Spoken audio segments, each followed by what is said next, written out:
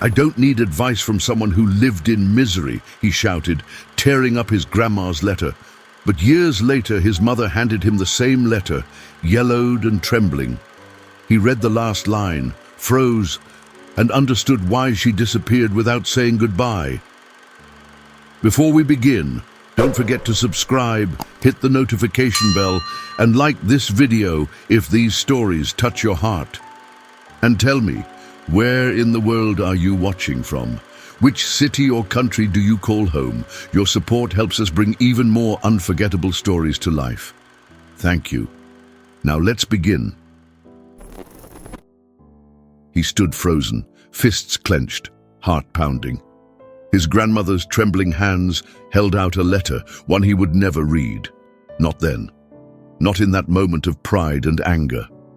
Years later, haunted by silence and loss, a single sentence would shatter everything he thought he knew about her. As the sun hung low over the rolling farmland of rural Missouri, 17-year-old Blake stepped off his mother Cassandra's sleek car with reluctance. Dust rose around his brand-new sneakers as he glanced at the small, peeling house that belonged to his grandmother, Ruth. The old wooden porch creaked under his weight, each plank telling stories of days long gone. Ruth was standing by the door with a faint, warm smile, holding a tin of freshly baked biscuits and a modest, gift-wrapped parcel. She looked frail, her hair a soft silver pulled back into a loose bun. "Thanks for coming," she greeted in a gentle tone, handing him the biscuits. "I know it's a long drive from your place, honey." Blake set the tin on a shaky porch table, avoiding her gaze. "Mom insisted. She said you had something important to say. Let's make it quick, okay?" His voice carried the impatience of a teenager who believed he had better places to be. Ruth led him inside, where the scent of homemade bread and lavender soap mingled in the close air. The living room was modest, decorated with faded photos of a younger Blake, a younger Cassandra, and various relatives he couldn't recall. He noticed a single rocking chair next to a crocheted blanket. Despite the house's simplicity, or perhaps because of it, he felt uncomfortable. Cassandra had chosen to wait outside in her car. She had told Blake to keep the visit short. "Your grandmother's world view is different from ours," she had reminded him, tapping the steering wheel. "Don't let her old-fashioned ways hold you back." Inside, Ruth motioned toward a small coffee table. She placed a manila envelope there, along with an oddly shaped package wrapped in plain brown paper. She took a seat on the worn sofa, smoothing her dress with weathered hands. "I know you're busy," Ruth began softly, "but I'd hoped to give you something." Deep, Blake's eyes flickered over the package. He was already on edge, feeling the weight of judgment from his mother's words. "Is this about your finances?" he asked, his tone edged with impatience. "Because I don't need help, and I don't have anything to give." Ruth shook her head. "No, dear, it's not about that. Look," he cut in, voice rising. "I don't need your lessons in humility or your folksy wisdom. I'm tired of you showing up at my school, embarrassing me. People talk. They see your worn-out clothes, your old truck. You think I don't hear the whispers?" Her lips trembled at his harsh words, but she continued calmly. "I never meant to embarrass you.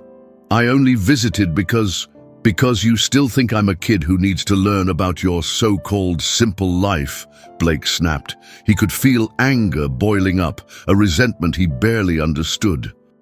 The mocking remarks from classmates came rushing back.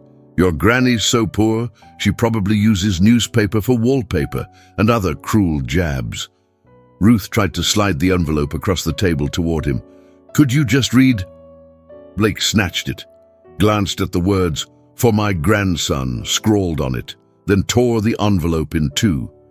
He didn't open it, didn't read a single line. "I don't want more of your pity or your outdated stories," he spat. "You only have lessons in poverty. I don't need more failures in my life." Her eyes glistened, but she managed a sad, understanding smile. For a moment, she looked as though she had expected exactly this reaction. Still, The faint quiver in her chin spoke of heartbreak. "I'm sorry if you think I'm a failure," she said quietly, bending down to pick up the torn pieces of paper. He noticed that the mysterious package she'd prepared remained unopened on the table. She still held it in her free hand, as if too shocked to offer it again. "I don't want that either," he said, gesturing at the parcel. "I don't need your gifts or your guilt." Ruth swallowed hard, blinking quickly. "All right, Blake, I understand." With that, he stormed out, letting the screen door slam behind him. Before stepping off the porch, he turned back one last time. "Don't come around my school or my life anymore," he declared. "I'm done with these pointless visits." She stood there in the dim light of a single lamp, bits of envelope clutched in trembling hands.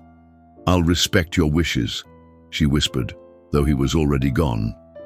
Minutes later, Blake slid into the passenger seat of Cassandra's car. She caught a glimpse of his reddening face and, without a word, started the engine. The old house grew smaller and smaller in the rearview mirror. Blake didn't look back. He only felt a strange tug in his chest.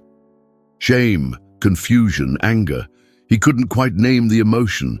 He kept telling himself that cutting ties with this outdated grandmother was best for his future. If he had stayed a moment longer, he would have seen the small, wavering smile on Ruth's face as she placed the unopened parcel on the coffee table. She gazed after him, her eyes filled with a lingering sorrow, but also a hint of acceptance, as though she understood a secret. He did not. Late that night in bed, Blake stared at the ceiling, replaying the confrontation in his mind. He would never admit it, but a thin thread of regret coiled inside him. Meanwhile, Ruth sank into her rocking chair in the silent house. She carefully taped the torn envelope back together, piece by piece, tears slipping down her cheeks. Outside, a gentle summer wind rustled the trees, offering no comfort. The morning after Blake's visit, Ruth sat at her tiny kitchen table, sunlight filtering through lace curtains. She held the reassembled envelope, now covered in clear tape. A worn photograph poked out from within, a picture of Blake as a toddler, chasing a yellow balloon. She sighed, running her fingers over the taped edges, then slid the contents into a hidden compartment beneath a loose floorboard in her bedroom. It joined other carefully preserved items that told the untold story of her bond with her grandson. Meanwhile, in the more affluent part of the same county, Cassandra was pacing her immaculate living room, phone pressed to her ear. "He refused the entire thing, just like I said he would," she reported tersely to someone on the line. "No, Mother hasn't called me. No attempts at contact, which is good. We need to stay focused on his future." Her old-fashioned mindset won't help him get anywhere in life. Blake was upstairs in his room, scrolling through social media. A half-dozen messages from classmates blinked on the screen, rumors that his grandmother had come around the school last week, wearing a faded cardigan and waiting outside. "Is that your grandma? She looks so poor," one text read. Another teased, "Dude, at least she brought snacks." He clenched his phone, bitterness swelling within him. He replayed the humiliating scene in his head, her timid appearance, the stares, the way people smirked. He'd refused to speak to her that day, slipping out a side exit to avoid further embarrassment. A week later, at Blake's private high school, a rumor spread that someone had left a handwritten letter in his locker. The letter disappeared before he could see it. Some students claimed it was from his grandmother, but nobody knew for sure. He tried to ignore the swirling gossip, but every mocking comment about Granny's old ways stung. At home, he confronted Cassandra. "Did you know she came by the school again?" he demanded. "People saw her with that same worn sweater, sitting on a bench near the entrance." Cassandra's lips pressed together in irritation. "Yes, I heard. I told security not to let her linger. I can't have her meddling, making you look like a charity case. We've worked hard to get you into a top university, and her presence doesn't exactly help," Blake exhaled, remembering the embarrassment vividly. "She just doesn't get it, does she? Why can't she just stay away?" Cassandra placed a hand on his shoulder. Sometimes, people from small towns can't see beyond their limited worldview. It's best for you to move forward without that kind of influence. You want to be successful, right?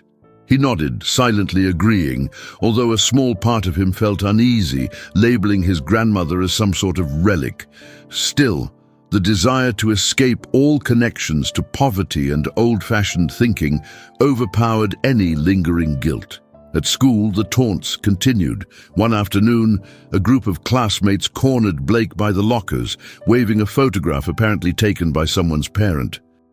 It showed Ruth in the supermarket parking lot, loading groceries into a dented pickup truck, wearing the same battered cardigan. They snickered, calling her the ragged granny. Blake's cheeks burned with shame. He escaped to the guidance counselor's office just to find solace, but he told no one the real reason for his distress. Instead, he complained of stress from classes. The counselor suggested therapy.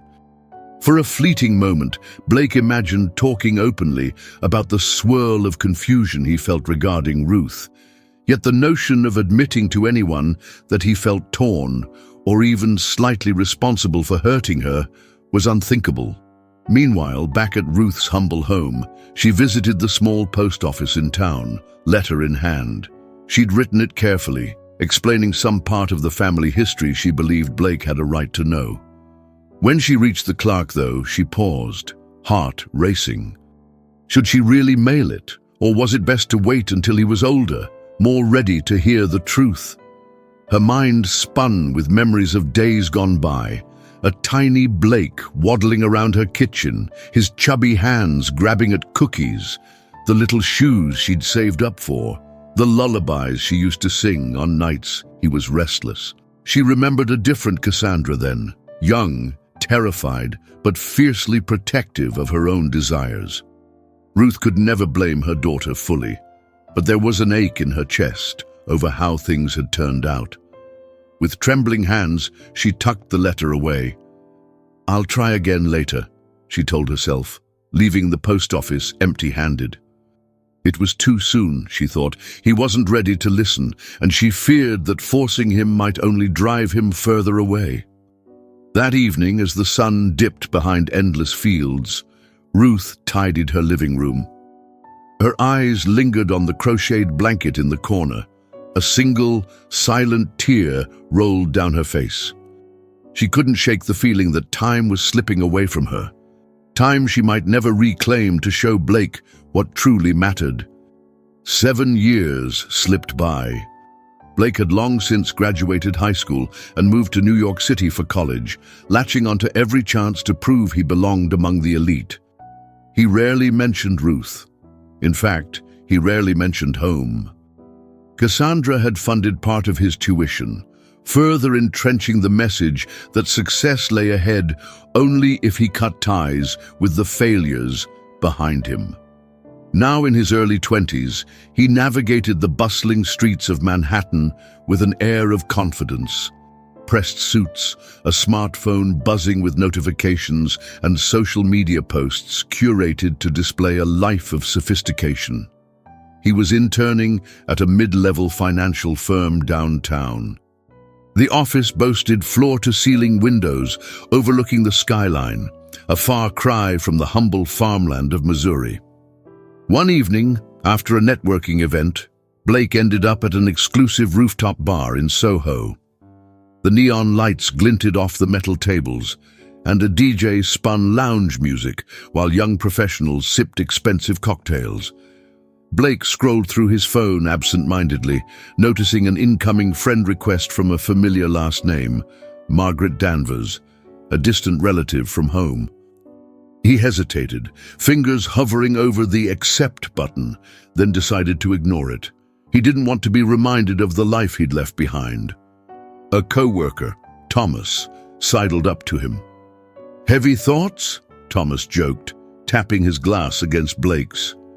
"We just closed a big deal. Why so grim?" Blake forced a small laugh. "Nothing, man. I'm good. Just a lot on my mind with final exams and this internship." Thomas nodded. I hear you. By the way, your accent, there's a bit of Southern in there, right? Blake stiffened. He'd worked hard to lose any hint of rural twang. Barely. I'm from Missouri, but I moved around. He quickly changed the subject to sales reports. After midnight, returning to his cramped apartment, he tossed his keys on the counter and loosened his tie. Despite his outward confidence, a subtle emptiness gnawed at him. He'd grown adept at ignoring it.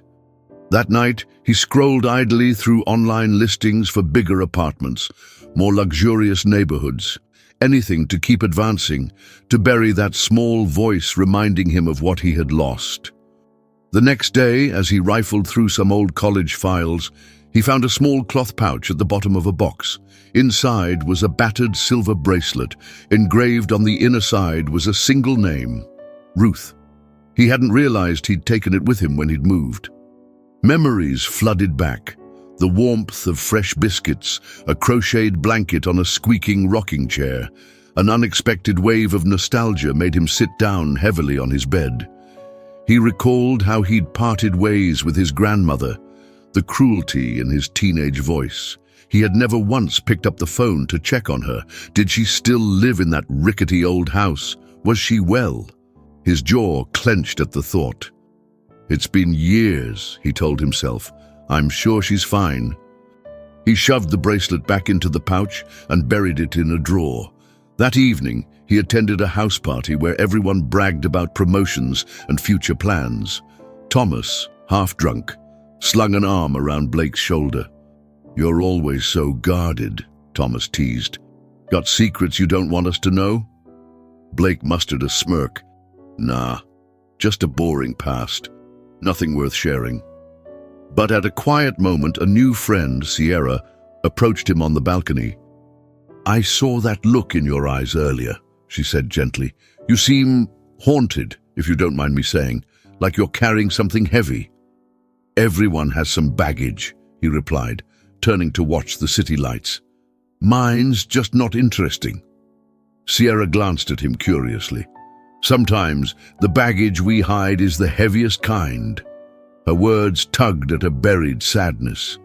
He changed the topic to something trivial, deflecting her empathy. Yet an unease simmered inside him. Dreams began troubling him at night. Vague images of a weathered porch, a gentle voice humming lullabies he'd long forgotten. He would wake up restless, feeling as though he was missing a piece of himself. In Missouri, Ruth's house remained intact. Though the paint peeled further with each season, weeds sprouted in the front yard. Neighbors whispered about how old Mrs. Ruth was managing on her own. Nobody saw visits from her daughter or grandson anymore, and rumors swirled that Cassandra had cut ties completely. But if Ruth felt lonely, she never shared it. She spent her days quietly, gardening in the backyard, sewing small items to sell at the local farmer's market. She never spoke ill of Cassandra or Blake. When asked, she simply said, "They have important things to do." Every Sunday she walked a mile to a tiny church at the edge of town, praying for their well-being. A friend would sometimes press her, "Aren't you upset they never call?" Ruth would shake her head with a soft smile. "Maybe they will one day," she'd reply, eyes drifting to the horizon. In New York, that horizon remained figurative for Blake, a distant place he never allowed himself to face. But fate had a way of creeping in, no matter how deeply he tried to bury his past. And soon, events he couldn't control would force him to confront the grandmother he'd once discarded, setting the stage for a chain of revelations that no shiny city life could protect him from. It began on a dreary autumn afternoon. Rain drenched the Manhattan sidewalks, and Blake was in a cafe near Wall Street, warming his hands around a latte. His phone buzzed. The caller ID displayed Mother. With a sigh, he answered. Cassandra's voice sounded oddly strained. "Blake, I'm in town," she said abruptly. "Can we meet?" "In town?" he echoed, surprised. "Why didn't you tell me earlier? Are you here for business?" Her hesitation crackled over the line. "I'm not here on business. Please just meet me at the Kellington Cafe in 30 minutes." Puzzled and vaguely uneasy, Blake paid his bill and hurried through the rain to the upscale cafe. He found Cassandra seated at a table in the corner, her complexion pale, eyes darting to the door. She barely resembled the poised, polished woman he knew. A thin film of sweat glistened on her forehead. "You look sick," he remarked, sliding into the seat across from her. "What's going on?" She nodded, swallowing hard. "I'll be fine. I have medication. That's not why I'm here." A heavy silence fell between them. The usual Cassandra would have commented on the cafe's decor or the quality of the coffee, but now she sat quietly, fumbling inside her handbag. At last, she pulled out an envelope, yellowed, edges softened by time, and taped extensively. Blake froze. He recognized it at once. "The letter I tore years ago," he whispered, a knot tightening in his chest. She placed it on the table with trembling hands. "Your grandmother wanted you to have it.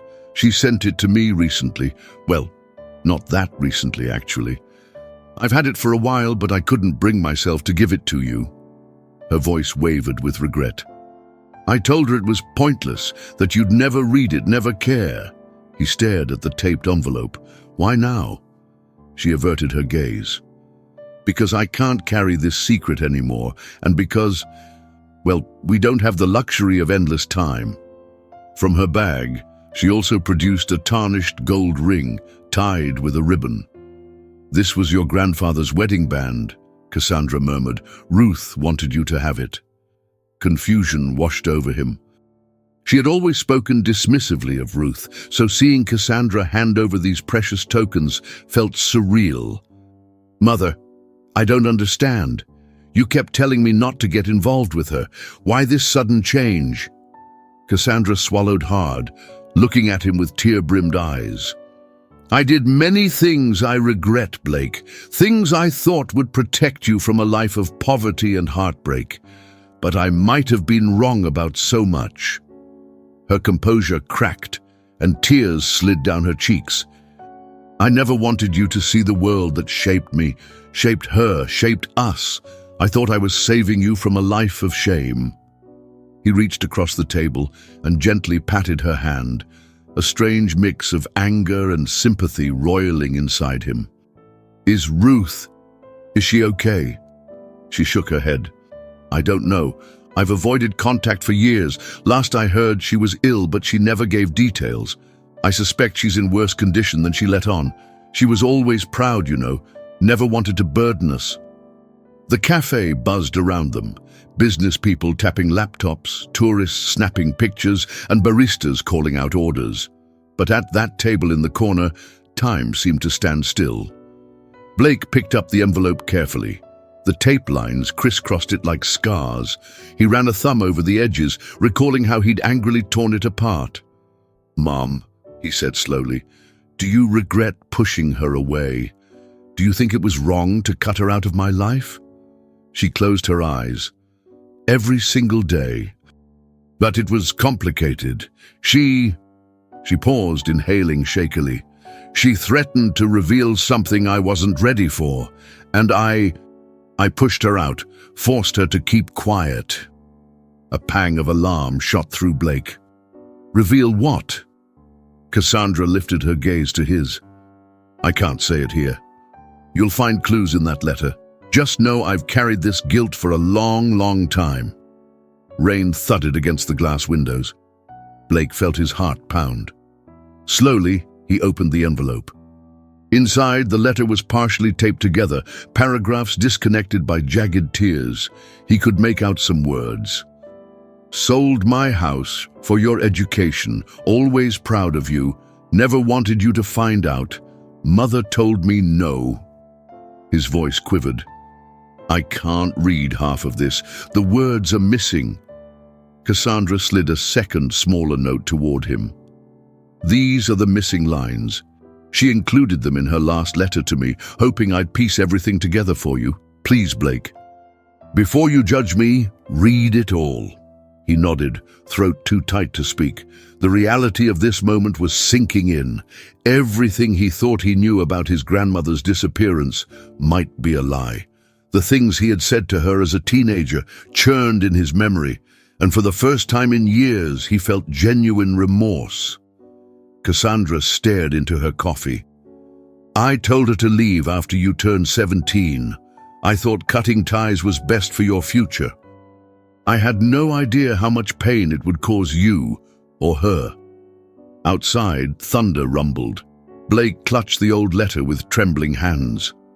In the distance, he could have sworn he heard the ghostly echo of a rocking chair in a warm, modest living room.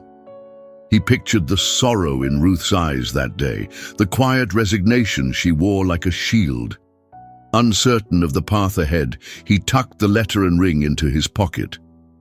"Okay," he said, voice hoarse. "I'll read it all. Then you'll explain everything." Cassandra nodded, tears still sliding down her cheeks. "I promise," she whispered. Late that evening, Blake returned to his small apartment in Midtown, practically bursting through the door. He hardly took time to kick off his soaked shoes. Rain dripped from his jacket onto the hardwood floor, but he barely noticed. Heart pounding, he carefully spread the patched-together letter on his kitchen counter, smoothing the pages with trembling fingers. He read aloud the parts he could. "My dear grandson, I know you hate me now, but I love you more than I can say. I sold my house so you could have your education. I never wanted you to know because I feared your shame would only grow. Your mother told me not to reveal what happened when you were a baby. She thought it best if you believed a simpler version of our family's story." There was a gap of missing lines. Then more text. "If you ever find out the truth, please forgive me." Forgive her. All I ever wanted was to see you live with hope, not weighed down by the past. The ring was your grandfather's, the man who taught me that love is sometimes best shown in silence. May it remind you that not all sacrifices are meant to be paraded. I'm sorry if my presence caused you pain." His voice faltered, tears prickling his eyes. "She sold her house," he murmured, recalling how she used to talk about that small cottage as if it were her entire world. He remembered the crocheted blankets, the potted plants by the windowsill, the old quilt draped over the couch. Everything he'd dismissed as old-fashioned was, in fact, her life's investment. At the bottom of the taped pages, he saw a note scrawled in red pen. "Mother told me no." It ended abruptly, leaving a feeling of incompleteness. Then he picked up the smaller note Cassandra had given him. It read, "These lines were too damaged to piece back into the letter. I never wanted you to know that you once nearly left my arms forever. Your mother was young and scared. I couldn't blame her. But that day at the shelter, I couldn't let you go. I brought you back, raised you, loved you. Then your mother decided she was ready again. She asked me to keep everything a secret. She feared you'd resent her. I agreed. I regret it, but I did." His breath caught in his throat. "A shelter," he whispered. Confusion reeled through him. Did this mean Cassandra had abandoned him once? Did Ruth rescue him from an adoption shelter or a foster home? Nothing about his childhood had suggested such a dramatic event. He always assumed his mother was present and that Ruth was only a distant relative who'd visited occasionally. Now it felt as if his entire foundation was shifting beneath his feet. He sank onto his couch, reading and rereading every word. Suddenly the ring felt heavier in his pocket. Guilt, anger, regret, and heartbreak twisted inside him like a storm. He wanted to scream at someone, at something, maybe at himself for believing all those years of illusions. Memory after memory flashed in his mind. The day he shouted at Ruth, the day he told her she had nothing to teach him, the day he tore up her words. He recalled her patient eyes. How could he have been so cruel? Over the next hour, he paced his apartment, rereading the lines, piecing together a partial timeline. The ring, the house, the mention of a shelter. And always the same question echoing. Why did Cassandra do it? Finally, he dialed his mother's number. She answered, her voice subdued. "Have you read it?" "Yes," he said, swallowing hard. "What does she mean about a shelter? Did you leave me somewhere?" She inhaled sharply as though bracing herself. "Not permanently. I was overwhelmed. I was only 21, single, jobless. I panicked and thought giving you up might be best. Ruth intervened, took you back home. I felt so guilty later, but she told me everything was fine, that you were safe with her until I sorted out my life." Cassandra paused, voice thick. "But then she held it over me. She threatened to tell you one day, and I told her you'd hate us both if you knew. So I forced her to keep quiet, or else I wouldn't let her see you at all."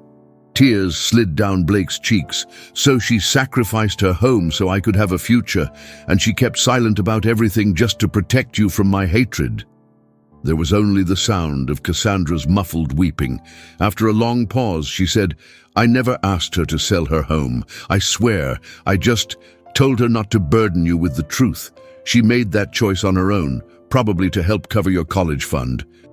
She loved you so much, Blake, in her own quiet way." He stared at the taped-up letter on the table, the ring glinting in the lamplight. "Do you realize how cruel I was to her? The last words I spoke were vile.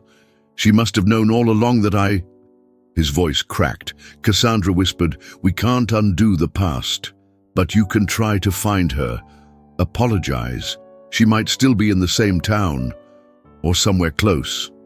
He didn't respond, too choked by remorse and confusion. Eventually, he ended the call. The city lights flickered outside his window, but he felt as though all the brilliance had drained away, leaving only a hollow ache.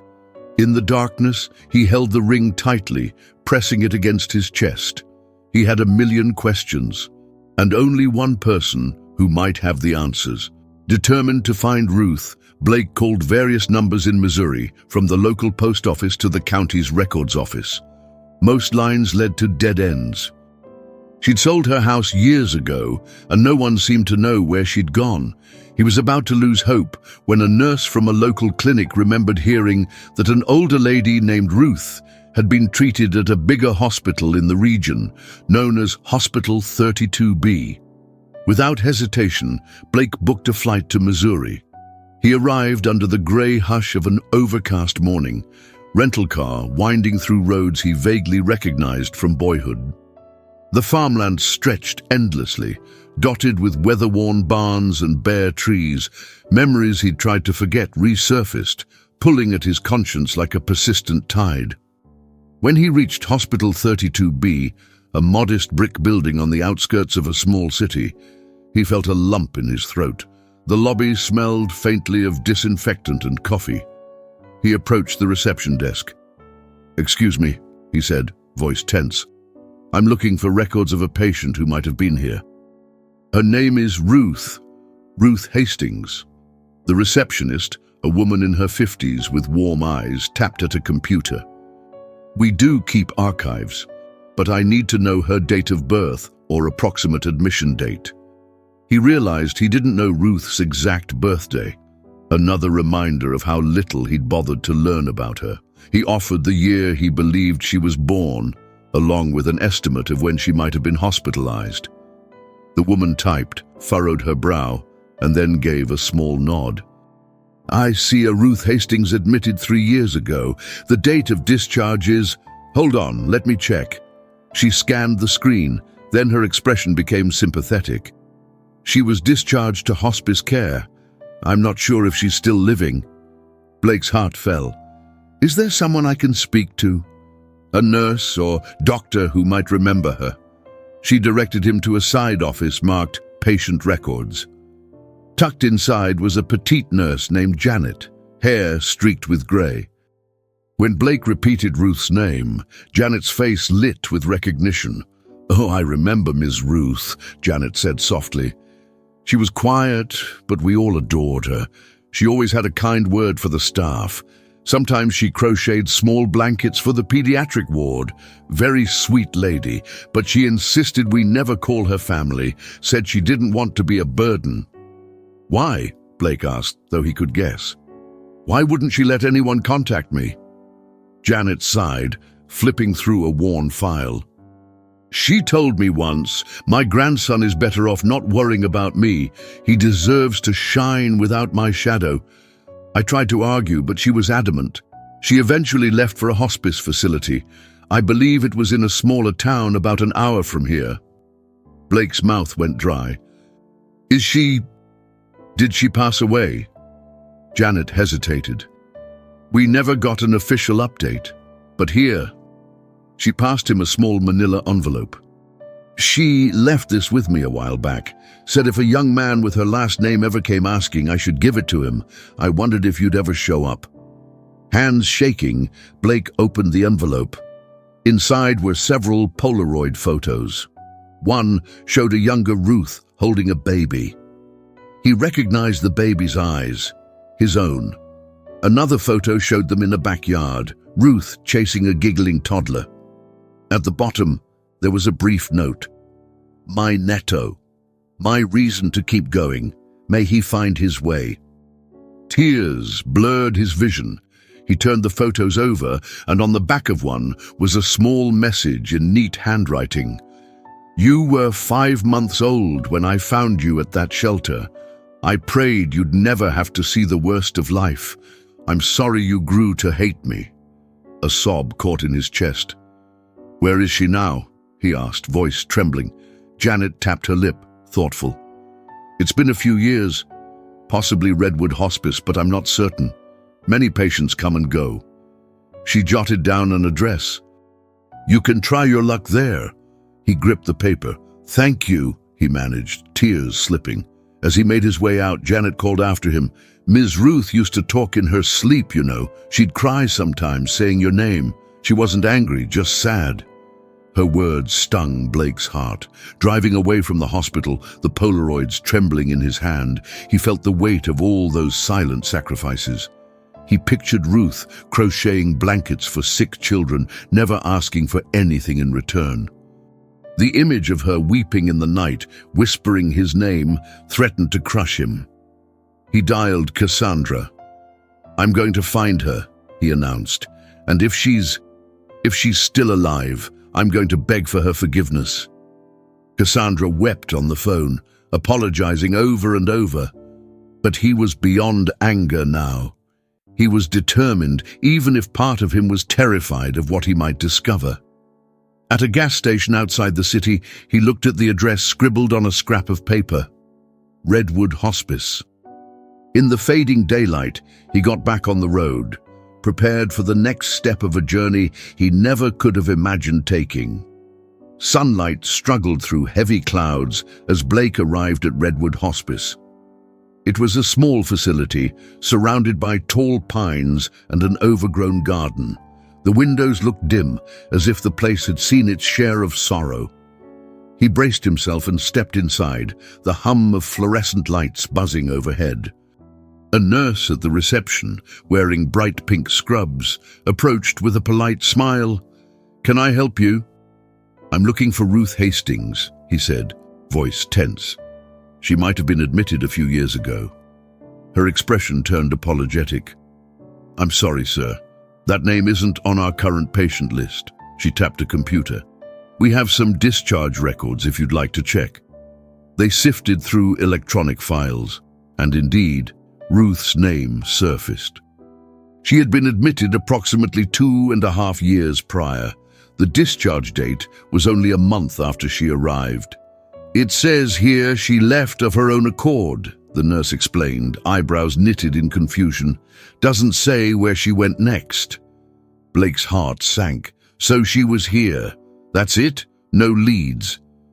None that I see, she replied gently. She was in poor health, so it's strange she left so soon. Maybe she had someone to stay with. Defeated, he stepped back into the corridor. The halls smelled faintly of antiseptic and old linens. Laughter drifted from a nearby lounge, where a volunteer strummed a guitar for a group of patients. For a fleeting moment, he pictured Ruth among them, crocheting or humming quietly. But she was gone. A voice called out behind him, Are you Miss Ruth's grandson? He turned to see a middle-aged volunteer in a sweater, fidgeting with her name tag. "I remember her," the volunteer said. "I used to bring her magazines and chat. She never mentioned her name, but she often spoke about a grandson who lived in a big city." "Yes, that's me," Blake replied, stepping closer. "Please, do you know where she went after she left?" The volunteer's eyes softened. "She said she was going to stay in a small rental near the farmland. She mentioned a place where you used to play as a toddler, something about a sheltered porch under a sycamore tree. It didn't make much sense to me. She was quite frail, though. Honestly, I worried she wouldn't handle living alone." Blake thanked her, goosebumps rising on his arms. The mention of a sycamore tree triggered vague childhood images. A big old tree behind Ruth's former house, its branches shading a rickety swing. Had she found a place near that same farmland? He couldn't be sure, but it was all he had to go on. That night, he checked into a local motel, restless and haunted by newly unearthed memories. He kept recalling the final lines of her letter, how she'd saved him from a shelter. He couldn't sleep, so he sat by the window and peered out at the lonely stretch of road. The ache in his chest grew unbearable, so he dialed Cassandra again. "Tell me the whole story," he demanded the moment she answered, "about how you almost gave me up as a baby." She took a trembling breath, then began. "I was 21, single, struggling. I didn't believe I could care for you. I thought maybe adoption was best. I took you to a children's shelter, filled out preliminary paperwork, but the next day your grandmother stormed in. She insisted on taking you home with her.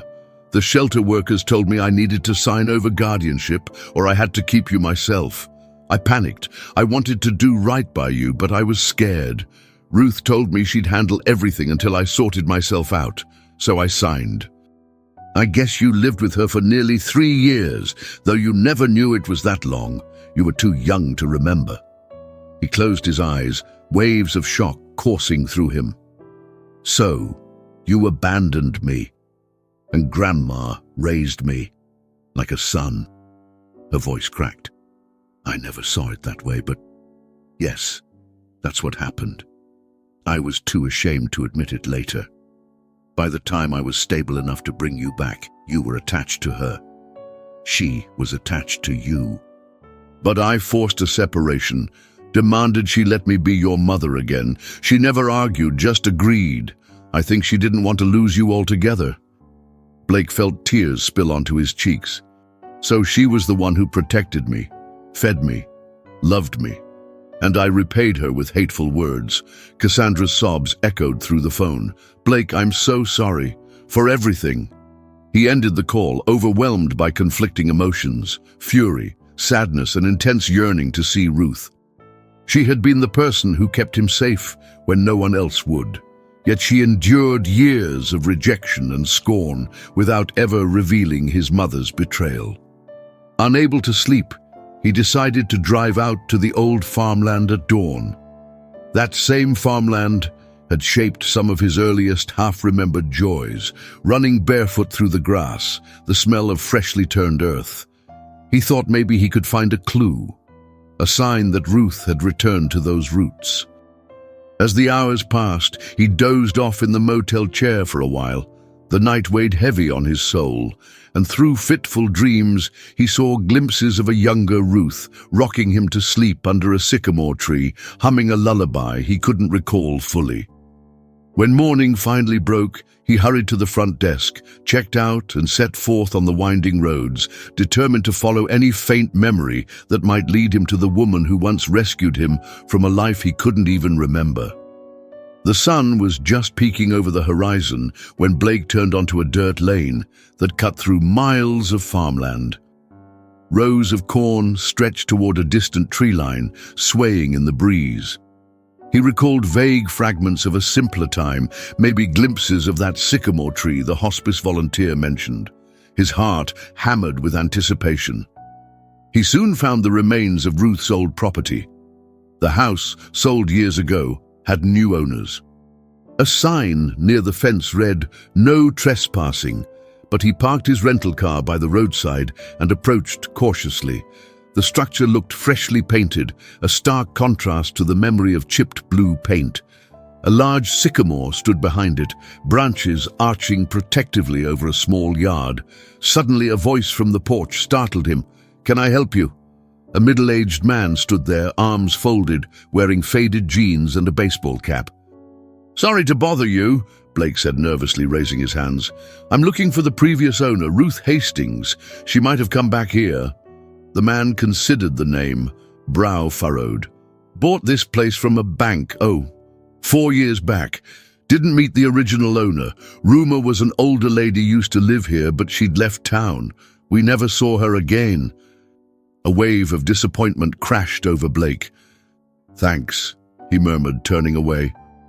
Before he made it back to the car, the man called out, "There's a small shack beyond the tree line near the creek. Some folks said she built it as a sewing spot or something like that. No one's used it in ages. You're free to look, but it's falling apart." Clutching onto that sliver of hope, Blake followed a narrow path through tall grass. The morning air was crisp, filled with birdsong. Eventually, he spotted a dilapidated wooden structure, half hidden by overgrown weeds. Drawing closer, he saw that one corner of the roof had caved in, and the door hung crooked on its hinges. "Grandma," he called softly, stepping inside. Dust swirled in a shaft of sunlight from a broken window. The interior was nearly empty, just a small table and a couple of chairs. He noticed scattered scraps of fabric on the floor, as if someone had once used the place to sew or craft. But clearly, no one had been here in years. An old rocking chair sat in the corner, covered in spiderwebs. He sank to his knees, heart heavy with the realization that Ruth wasn't here. Perhaps she had never returned. Yet the presence of that rocking chair made him tremble with memories. He saw mental flashes of a younger version of himself, maybe perched on her lap, lulled by the gentle creak of the wood.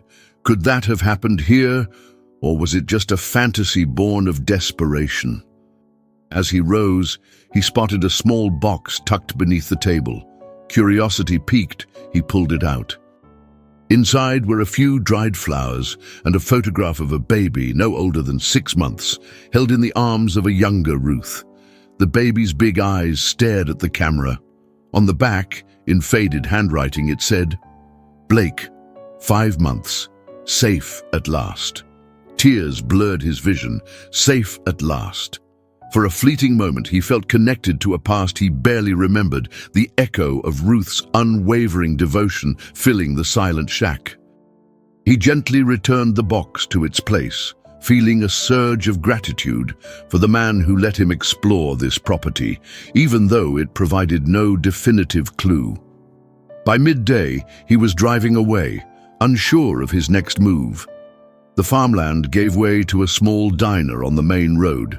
Stomach growling, he stopped for a quick meal. The interior was quaint, checkerboard floor, red vinyl booths, a chalkboard menu boasting homemade pies.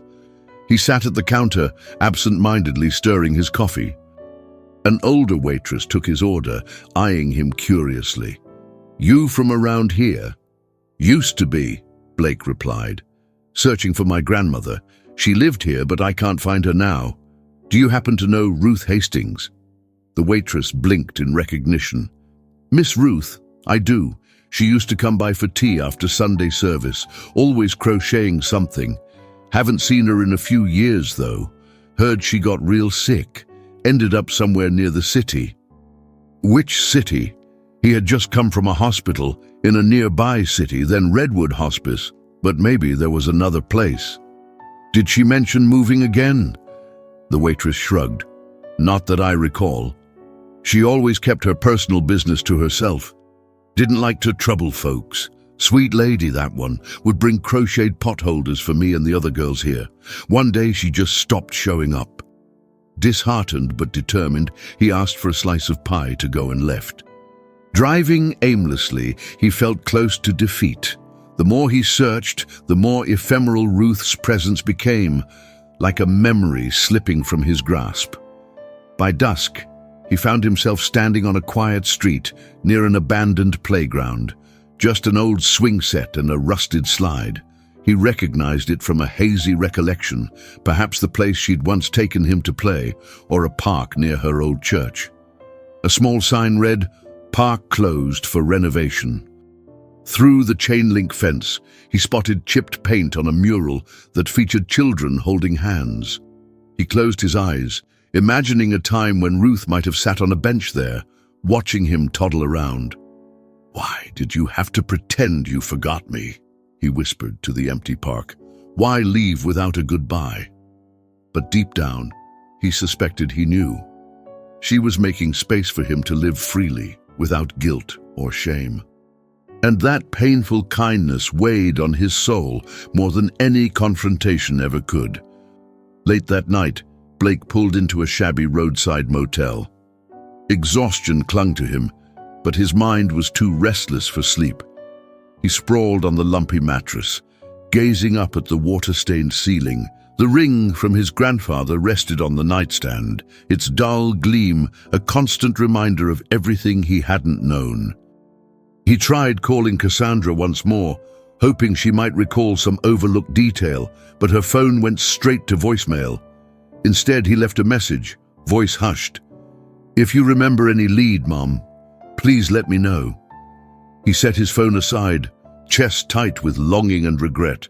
Unable to quiet his thoughts, he searched the county's online records for any clue, a property rental or a caregiver who might have taken Ruth in. Hours slipped by as he pored over scanned documents and directory listings.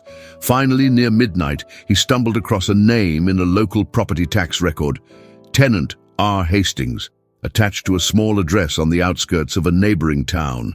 The record was 2 years old, but it was something. By dawn, he was on that winding road again, determined to see if the address led anywhere. The GPS guided him to a narrow gravel driveway, flanked by a thinning row of trees. A modest, single-story house stood at the end, paint peeling off the siding. He parked, heart in his throat, and knocked on the door. No answer. He circled to the back, noticing a small garden patch, overrun with weeds. A battered rocking chair rested on a back porch. He approached it, pulse racing. The seat cushion bore a faint pattern of sunflowers worn from use. Something about it felt achingly familiar, like a piece of home he'd never fully acknowledged. A neighbor appeared, lugging a bag of trash. "Looking for someone?" "Yes," Blake said, nearly breathless. "Ruth Hastings. Did she live here?" The neighbor squinted. "She did, briefly. Moved out a while back. Health issues, I believe. She left in an ambulance one afternoon. Didn't come back." A cold wave of dread coursed through him. "Do you know which hospital they took her to?" "Afraid not. But she had a friend, name of Delilah, who visited sometimes. Might be the best person to ask." The neighbor motioned to a house a few streets down. "Light blue place with a big oak in front. Can't miss it." Blake hurried to the address. An elderly woman, petite and kind-eyed, answered the door. "You must be Blake," she said gently, as if she'd been expecting him. "Ruth spoke of you often." He swallowed, astonished. "Then you know where she is. Is she—" Delilah sighed, ushering him into a cozy living room. The walls were lined with crocheted throws, and the smell of fresh bread filled the air. "I was with her in her final days at that house. When her illness advanced, she insisted on leaving before you could find her." She noted the heartbreak in his expression. "She thought you'd be better off not seeing her so frail. She worried you'd feel obligated." Tears welled in his eyes. "So she's gone? I missed her?" Delilah patted his hand. "No, dear, not gone. She moved into a smaller hospice, run by a church in a nearby county. I have the address. It's simpler than Redwood. She needed special care.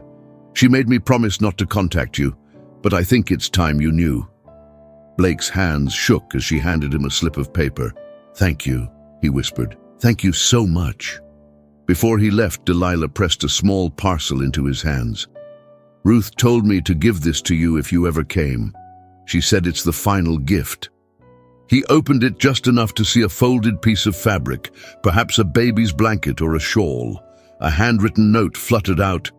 "If you found this, it means you still care. Thank you for remembering me." Blake bit his lip, tears breaking free. Why didn't she ever fight for my attention? Why didn't she come to me? Delilah's eyes glistened with sympathy. She believed a forced love is no love at all. She hoped you'd come back by your own choice, even if it was too late. Clutching the slip of paper with the new hospice address, he left with a sense of renewed purpose. The fear that she might have passed away lingered, but knowing she was still within reach, somewhere, rekindled a fragile hope. As he drove away, holding Ruth's final gift close, he recalled the day he stormed out of her house as a teenager. The bitterness in his words, the tears in her eyes. He had thought he was discarding an outdated relic from his life. Instead, he had turned his back on the one person who had fought hardest for him when no one else would. The road stretched ahead, dawn warming the horizon, and he prayed silently that this time he wouldn't be too late to say he was sorry. Sunrise drenched the sky in hues of pink and orange as Blake pulled into the gravel parking lot of a humble, church-run hospice called Whispering Pines. Pines towered overhead, their needles murmuring softly in the breeze. His heart pounded against his ribs with every step toward the entrance. He clutched the small parcel Delilah had given him, feeling as though his entire life was converging on this moment. Inside, a gentle hush pervaded. Soft gospel music played from a distant room. A nurse at the reception desk greeted him. "How may I help you?" "I'm looking for Ruth Hastings," Blake said, voice trembling. "I'm her grandson. Please tell me she's here." The nurse typed into her computer. "Yes, Ms. Hastings is one of our residents. She's quite weak, though. Visiting hours are open, but it's best to let her rest if she's asleep." Relief and dread crashed over him in equal measure. "Can I see her?" he managed. She nodded. "Down the hall, last door on the left."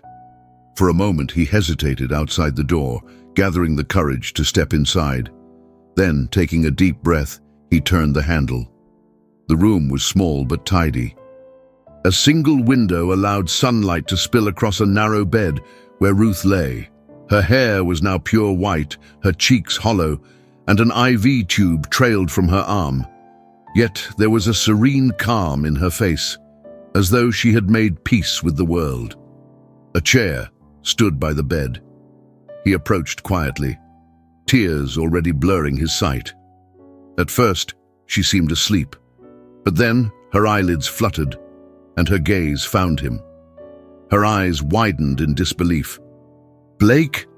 she whispered, voice raspy. He knelt by her side, gently taking her hand.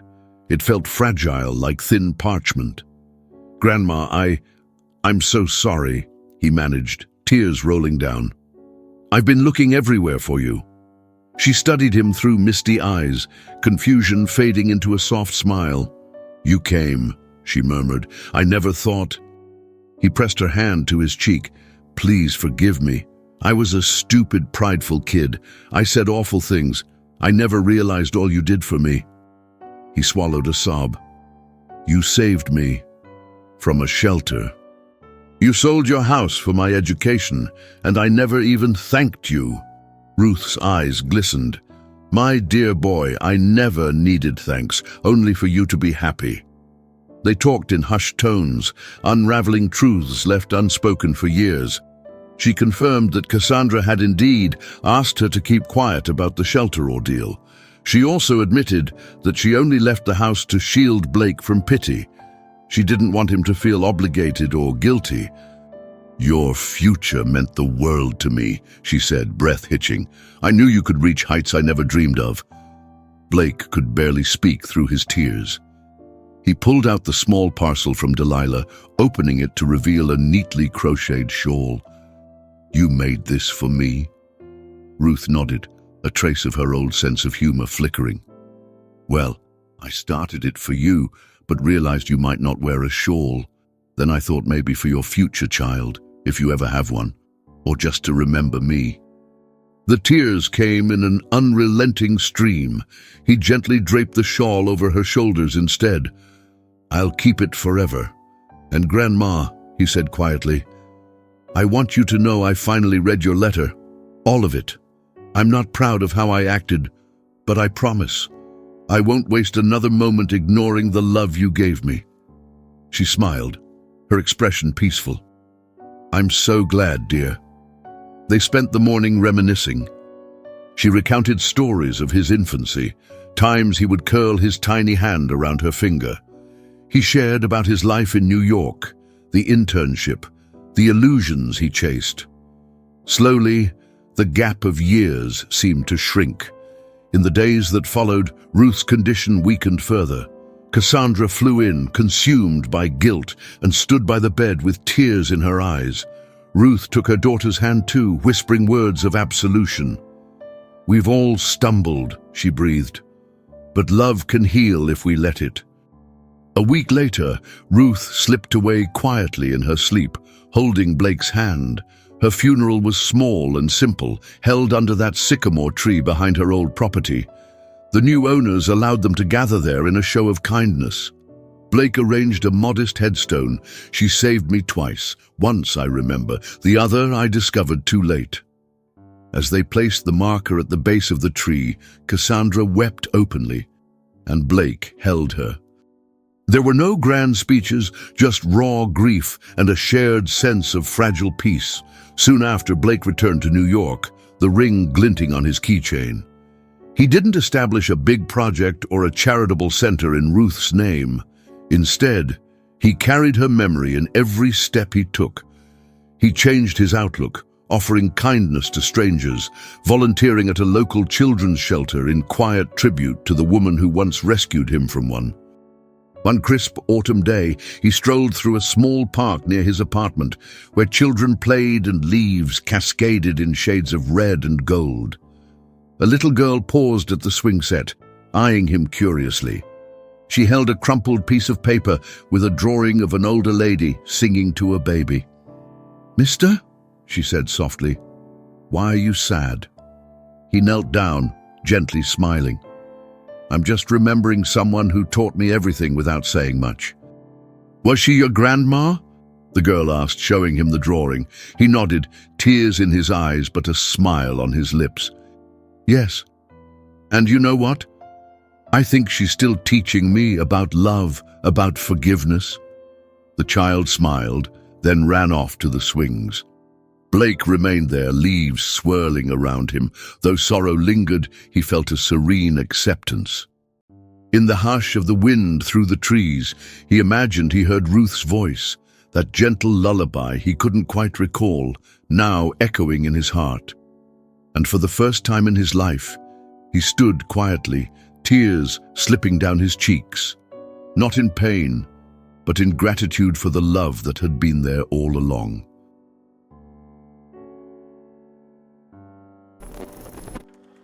In the end, this story reminds us that love is often shown in silence, in small sacrifices made without asking for recognition.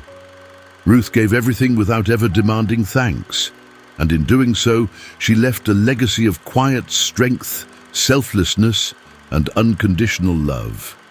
Sometimes the greatest acts of love are the ones we only recognize when it's too late. So take a moment. Who in your life has loved you quietly, without needing to be seen? And more importantly, have you told them how much they mean to you? What did this story make you feel? Share your thoughts. We'd love to hear how it touched your heart. If this story moved you, don't forget to subscribe to our channel and click the notification bell so you never miss another unforgettable story. Hit the like button if Ruth's love left a mark on your heart, and tell us in the comments what country or city you're watching from. We love seeing our community from around the world. And now we invite you to watch the next powerful story that's waiting for you. Just click the final card on your screen. Thank you for watching and for keeping these stories alive.